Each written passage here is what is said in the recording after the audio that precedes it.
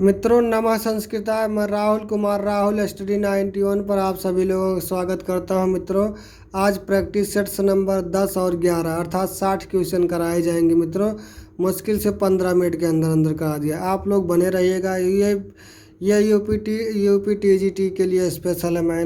मित्रों इस ये स्पेशल यूपी टीजीटी ठीक है। आगे देखेंगे पहला क्वेश्चन क्या है।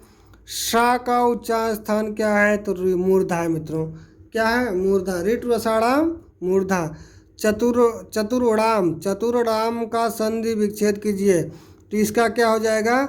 इसका ये हो जाएगा मित्रों क्या हो जाएगा चतुर प्लस नाम बराबर चतुर्णाम। अगला देखेंगे हरिम बंदे में संधि कार्य किस सूत्र से सिद्ध होता है। मो अनुस्वारा से कि यहाँ जो दे दिया गया है मोरा जिसम से क्वा। उसके बाद वा पदांत से सो अटी से किया गया है। तो आप लोग जानेंगे तीसरा क्या है मो अनुस्वार है। माँ का अनुस्वार कर दिया था। यार अलावा आए जैसे संयोग हो गया, संशय हो गया, संलाप हो गया, संकल्प हो गया। ठीक है इस प्रकार से आपके आ जाते हैं। यहाँ देखेंगे अगला दैत्यारी में संधि है तो यहाँ दैत्य प्लस आरी बराबर क्या होता है दैत्यारी। अब अगला देखेंगे मित्रों आप लोगों को क्या बताया जाएगा। आप लोगों को पांचवा वाला क्वेश्चन पे लेकर चलते हैं। पांचवा वाले क्वेश्चन पे क्या कह रहा है। बधू शब्द का तृतीय एक वचनांत का रूप क्या होता है तो यहाँ बध्वा होता है। बधू का रूप आप लोगों को मैं सुनाना चाहूँगा, आप लोग जरूर सुनना चाहेंगे। वधू वधूम वध्वा वध्वई वध्वा वध्वा है वध्वाम है वधू। ठीक है मित्रों तो यहाँ वध्वा हो जाता है। वध्वे जब कह दिया तो ये अलग बनता है। वध्वई जब कह दिया जाए ये चतुर्थी का एक वचनांत बनता है। वधू जब कह दिया जाएगा ये बहुवचनांत बनता है द्वितीया का। ठीक है यहाँ देखेंगे मातृ शब्द का षष्ठी बहुवचनांत क्या होता है। मातृ शब्द का षष्ठी बहुवचनांत क्या होता है मातृणाम होता है। मित्रों नाम नहीं होगा। जहाँ पर भी यहाँ देखेंगे जहाँ पर भी रा आ जाए किसी भी शब्द में और क्या आ जाए सा आ जाए मूर्धन सा और री आ जाए तो वहाँ जान ली षष्ठी में नाम ना होकर के राम हो जाता है। मित्रों रा सा और री जैसे अगर जो क्या कहेंगे हरि का रूप देखेंगे तो हरिडाराम बन जाता है और पिता का रूप देखेंगे तो वहाँ पितृराम बन जाएगा। फिर उसके बाद देखा जाता है गुरु का गुरुराम बन जाता है। ठीक है तो इस प्रकार से आपके बन जाते हैं। ऋषि का देखेंगे ऋषि राम। ठीक है अब यहाँ देखेंगे अगला जो कहा जा रहा है तद वह स्त्रीलिंग का षष्ठी बहुवचनांत का रूप क्या होगा। अब षष्ठी बहुवचनांत का क्या कहें स्त्रीलिंग में तो यहाँ ध्यान देंगे तासाम हो जाएगा। मित्रों ये तासाम हो जाएगा। ये बिल्कुल तेसाम ये जो होता है मित्रों ये ध्यान देंगे ये पुल्लिंग में होता है। ये गलत माना जाता है ये भी गलत मानता है। ये ही आपका क्या सही हो जाता है। तिस्ता शब्द का लिंग क्या है। तिस्ता शब्द मतलब पुल्लिंग है। मित्रों पुल्लिंग देख लिया जाता है क्या है पुल्लिंग है नहीं मित्रों पुल्लिंग नहीं है बल्कि क्या है स्त्रीलिंग है तिस्ता। यहाँ देखेंगे अगला देख लीजिए क्या कहा जा रहा है नौवां क्या कहा जा रहा है उसको भी देख लीजिए। 50 मतलब 50 नहीं होता बल्कि क्या था 500 होता है। 92 को क्या कहते हैं दोनों को द्वानवति भी कहते हैं द्विनवति भी कहते हैं द्विनवति नहीं कहते हैं। यहाँ देख किसके रूप केवल बहुवचनांत में चलते हैं तो यहाँ आप लोग तो कुल सब लगा सकते हैं उसमें किसी प्रकार का संदेह नहीं। 7 का 6 का 8 का सबका। यहाँ देखेंगे संस्कृत में प्रातिपदिकों की कितनी विभक्तियाँ होती हैं तो प्रातिपदिकों की विभक्तियाँ जब पूछ ली जाती है तो 8 होती है। प्रातिपदिक मतलब ये होता है मित्रों जैसे सीता का रूप सीता हो जाएगा गीता हो जाएगा। ठीक है तो प्रातिपदिक एक संज्ञा विधायक सूत्र है उसके मैं आप लोगों को सुनाना चाहूँगा। ये हो सकता है सुपर टेट में और टीजीटी में रखा भी जाए। ये बताता अर्थवद धातुर प्रत्यय प्रातिपदिकम अर्थात अर्थवद अर्थात सार्थक स्वरों या शब्दों के द्वारा जो धातु से रहित हो और प्रत्यांत से रहित हो उन शब्दों को प्रातिपदिक कहते हैं। जैसे हरि का रूप सीता का रूप गीता का रूप गुरु का रूप नदी का रूप। इस प्रकार से जब रूप देखा जाता है प्रथमा से लेकर सप्तमी तक हो जाते हैं। अर्थात 8 हो गए कि नहीं हो गए मित्रों? क्या हो गए? 8 हो गए कि नहीं हो गए? अगला कह रहा, क्रिया के संपादन में जिसका उपयोग हो उसे क्या कहते हैं? कारक कहते हैं कि कर्म कारक कहते हैं? तो यहाँ देखेंगे 13वें क्या हो जाएगा? कारक कहा जाए। क्रिया का जो संपादन करे उसको कारक कहते हैं। अगला देखेंगे, संबंध की गई कौन सी विभक्ति कारक विभक्ति नहीं है? तो आप लोग जानते हैं षष्ठी बिल्कुल नहीं है। षष्ठी कर्ता कर्मम करणम संप्रदानम तथैव च अपादानादि अधिकरण मिथ्याहु कारकाणि षट्।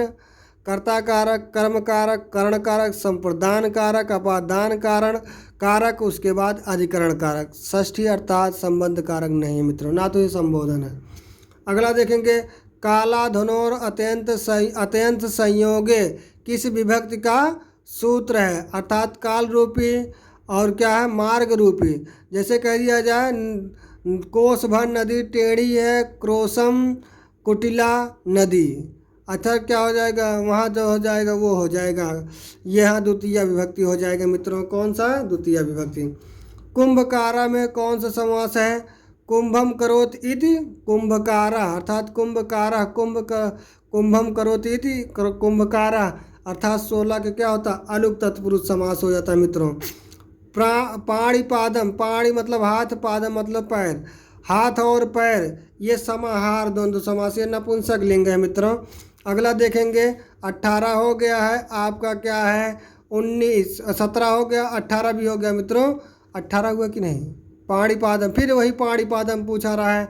पाणिचा पादोचा, तो यहाँ देखेंगे क्या होता है? पाणिचा पादोचा। यहाँ देखेंगे पाणिचा पादोचा, पाणचा पादोचा, इनमें से कोई नहीं। तो आप लोग 18 का क्या हो जाएगा? आप लोग देखेंगे तो ये पाणिचा होता है। दोनों हाथों की बात कहे जा रहे हैं, दोनों पैरों की बात कहे। चक्र पाणी में समास, अब जिसके हाथ में चक्र हो उसे बहुव्रीहि समास कहते हैं। भू धातु लुट लकार ये क्या हो जाता है? ये हो जाता है आपका 20 का क्या हो जाता है? भविता हो जाता है, मध्यम प्रथम पुरुष एक वचना। गम धातु लिट लकार प्रथम पुरुष से एक वचनांत का रूप क्या होगा? तो ये दोनों जगम और जगम को द्रक्षत किस लकार का रूप है? द्रक्षत जब कह दिया गया तो ये लिट लकार है, यहाँ हो जाता है भविष्य काल के लिए 2 तक है, ठीक है, लिट लकार। फिर उसके बाद कितना है? 24, 25 तक चलते हैं। ये यहाँ देखेंगे क्या कहा? श्रृंगार शतक के रचयिता क्या है? श्रृंगार शतक कह दे, वैराग्य शतक कह दे, ठीक है। तो ये कौन हो जाते हैं? ये कौन है? शतक मतलब 100 होता है, तो नीत शतक कह दे तो भर्तृहरि जो होता है कि नहीं होता? नीत शतक, श्रृंगार शतक, वैराग्य शतक, ठीक है। बेड़ी संहार के रचनाकार कौन है? तो भट्ट नारायण जी है बेड़ी संहार। कहा यहाँ देखेंगे सह काढ़ा अस्ति, वह किससे काना है? नेत्रेण। नेत्रेण मतलब क्या होता है? नेत्र से काना है। नेत्रम नहीं लगाएंगे, वहाँ नेत्रेण लगाएंगे क्योंकि तृतीया एक वचनांत का प्रयोग। जब भी वहाँ बताएगा एनांग विकारा, एनांग विकारा जो है तृतीया अर्थात करण कारक का 2 तक है, ठीक है। 25 क्वेश्चन हो गए मित्रों। 26वां क्वेश्चन, महाभारत के रचनाकार कौन है? तो वेद व्यास है। वाल्मीकि क्या है? रामायण का रचनाकाल है। पतंजलि क्या लिखे हैं? भाष्य लिखे हैं, जिनको मैं महाभाष्य लिखे हैं। उसके बाद उनको भाष्यकार कहा जाता है। यहाँ देखेंगे करुण रस का स्थायी भाव क्या है?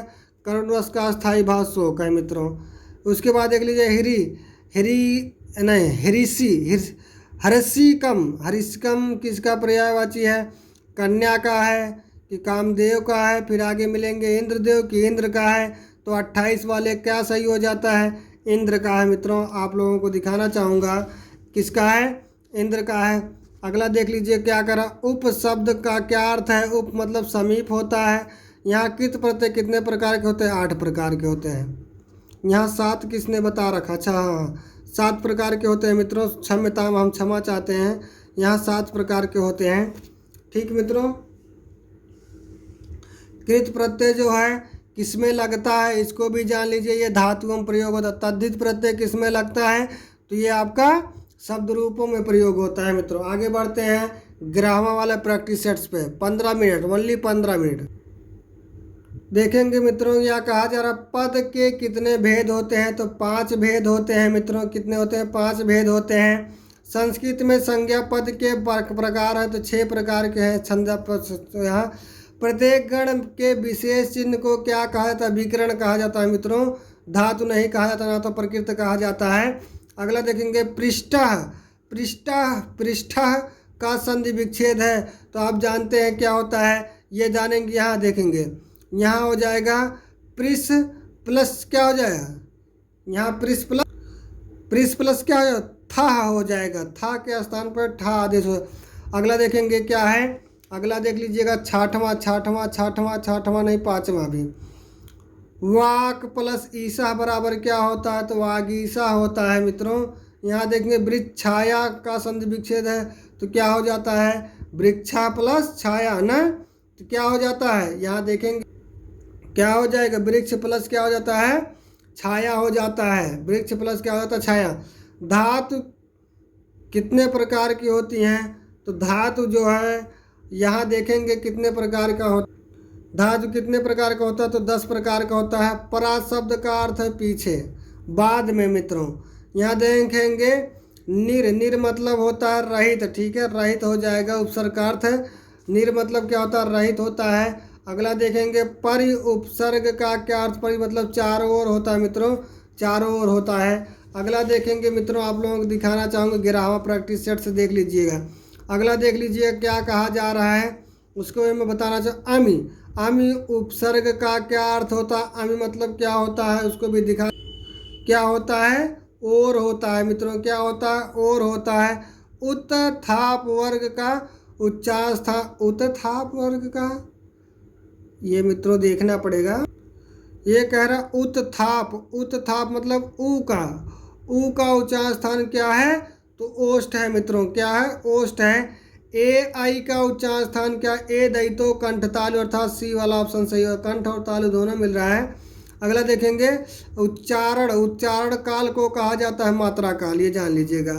मात्रा काल को ही क्या कहा जाता है, उच्चारण काल। यहाँ देखेंगे महाभारत का अंगिरस क्या है, तो आप लोग तुरंत जानते हैं क्या हो जाएगा, शांत रस की वीर क्या हो जाएगा। यहाँ जानते हैं महाभारत में लड़ाई हुई, लड़ाई जहाँ होगी वहाँ वीरता की प्रधानता दी जाती है।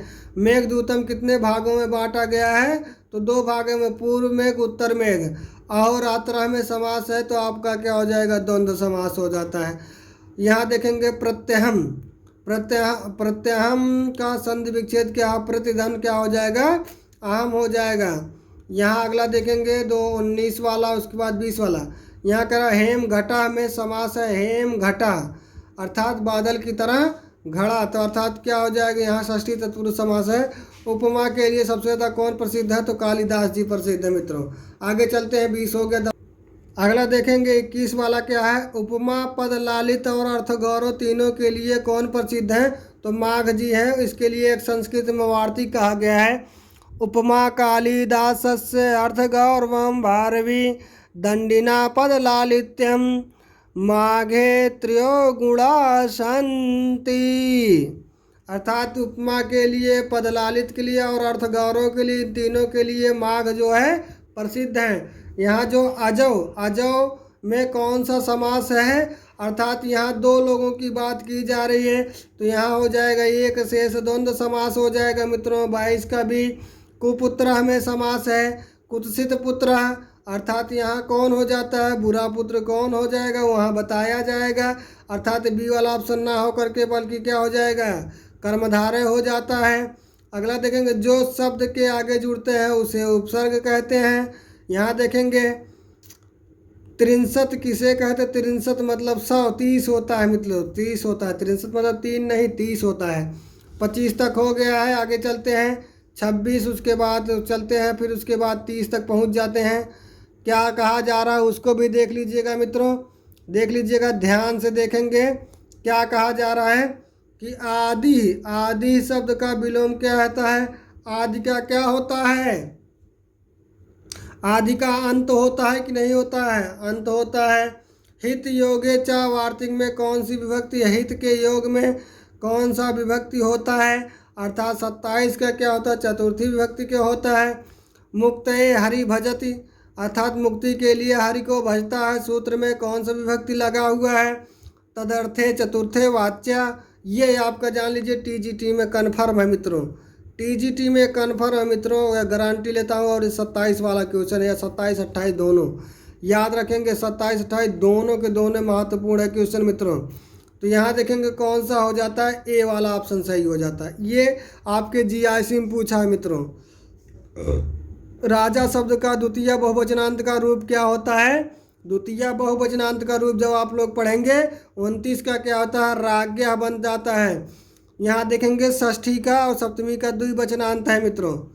यहाँ देखेंगे क्या कहा जा रहा है, यहाँ देखेंगे अदस शब्द का पुल्लिंग में प्रथमा बहुवचन का रूप है। तो यहाँ क्या हो जाता है? अदस का प्रथमा बहुवचनांत का रूप क्या मिल जाता है? आप जानते हैं क्या मिल जाएगा? अमी मिल जाएगा। क्या? आमा, आमी, अमे, अमी। ठीक है मित्रों, इस प्रकार का शब्द रूप आप लोगों का जो है वो समाप्त हो गया। धन्यवाद मित्रों।